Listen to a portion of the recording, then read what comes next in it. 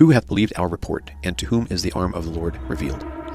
The first question you have to ask here is who's actually speaking here, okay? The number one answers are usually Isaiah, maybe it was God speaking, or maybe it's Israel, representing Israel, and that's what most people will resort to, but none of those are the right answers. If you really want to find out, you have to go back to 52. So shall he sprinkle many nations. The kings, there it goes right here. Here we go, now we're getting there. The kings shall shut their mouths at him. For that which had not been told them, they shall see, and that which they had not heard, shall they consider. The kings, the Gentile kings of the nations, is who is talking in Isaiah 53:1. So now we're getting somewhere. This is William. He's an ex-Christian who was led astray by Tovia Singer, a well-known anti-missionary rabbi who brags about pulling hundreds of thousands of Christians away from Jesus. And the truth is, many of them don't even end up in Judaism. They lose their faith in God altogether and become outspoken atheists. That is Tovia Singer's fruit. Now, Jewish anti-missionary rabbis claim the suffering servant of Isaiah 53 is not Jesus, but the Jewish people collectively. To hold that position, they need to do one critical thing. They need to move the identity of the speaker in Isaiah 53. Their claim is that the narrator of chapter 53 is not Isaiah the prophet, but the Gentile kings of the nations, looking back in awe and confessing what Israel suffered. This is the linchpin of their entire argument, and it collapses the moment you read the text. William's whole argument rests on the kings being the speakers of chapter 53. But look at the very verse he uses to set that stage. Isaiah 52:15.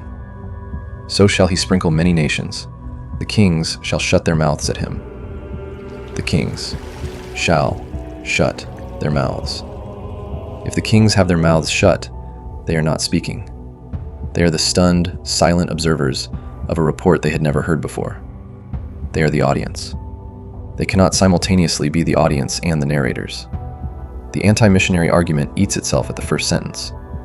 So if the kings are silent, who is speaking? Isaiah the prophet is speaking. He is speaking on behalf of the Jewish people, confessing their collective straying, while describing a distinct, righteous individual who is clearly separate from them. Isaiah uses the same all we, all of us, Hebrew phrasing in chapter 53 that he deploys throughout the entire book to describe the sinful state of Israel. This is his signature. In Isaiah 64, all we are as an unclean thing, and all we do fade as a leaf.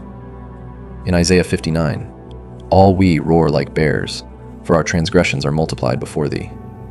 And in chapter 53, all we like sheep have gone astray. We have turned, every one, to his own way, and the Lord has laid on him the iniquity of us all. Watch the pronouns. The us is the nation. The him is the servant. They are linguistically and theologically two separate entities in the same verse. The nation is the transgressor.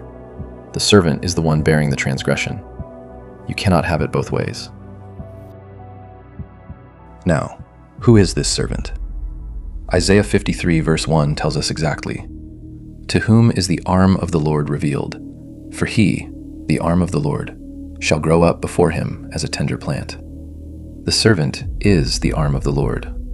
In biblical theology, across the whole of Tanakh, the arm of the Lord is not a metaphor for the nation of Israel. It is the second person of the triune God taking on form to bring salvation, Yeshua, unto the ends of the earth. Isaiah 52:10. The Lord has made bare his holy arm in the eyes of all the nations, and all the ends of the earth shall see the salvation, Yeshua in Hebrew, of our God. The arm goes bare when coming in human form as the man Jesus. The nations see salvation, Yeshua, Jesus. Now, let's go back to Isaiah 52:15, the verse the anti-missionaries build their entire narrator theory on. The Hebrew word there is yazzeh. Every legitimate Hebrew lexicon will tell you, yazzeh is the word for the priestly sprinkling of blood, the ritual act of blood atonement. It is used throughout Leviticus and Numbers for the sprinkling of sacrificial blood that cleanses sin. Modern anti-missionary translations quietly swap it out for startle or disturb. They do this because yazzeh destroys their case. The Messiah will sprinkle many nations with the blood of the covenant through the Eucharist. The original word points directly to a vicarious, atoning sacrifice, extending beyond Israel to all nations. The rabbis changed the word. That tells you everything about what the original word means. And this is the nail in the coffin of the collective Israel interpretation. Isaiah 52:13. Behold, my servant shall act wisely. He shall be exalted and lifted up, and shall be very high. This specific Hebrew construction, Ram v'nisa v'gava me'od, is not generic praise language. It is divine throne language. It appears in only one other context in all of Isaiah, when the prophet sees Yahweh himself on the throne. Isaiah 6:1. I saw the Lord sitting upon a throne, high and lifted up. Isaiah 57:15. Thus saith the exalted and lifted up one that inhabiteth eternity, whose name is holy. Isaiah 33:10. And this one is devastating. God says of himself in the first person, Now will I rise, saith the Lord. Now will I be exalted. Now will I lift up myself. The same action, the same language. First person singular. God is doing the rising. God is doing the lifting. Now tell me, how do you get an anonymous collective of suffering Jewish people past 2 millennia of history to match that description? A nation cannot be exalted and lifted up in the language reserved exclusively for Yahweh on his eternal throne. The servant is being described with the attributes of deity. He cannot be a nation. He is the holy arm of the Lord made flesh. So let's be clear about what the text actually gives us. The kings are silent. Their mouths are shut. The nation is speaking, confessing collective sin through Isaiah. The servant is distinct, providing vicarious blood atonement as the arm of the Lord, the second person of the triune God. The Israel is the servant theory fails the most basic linguistic test in the passage.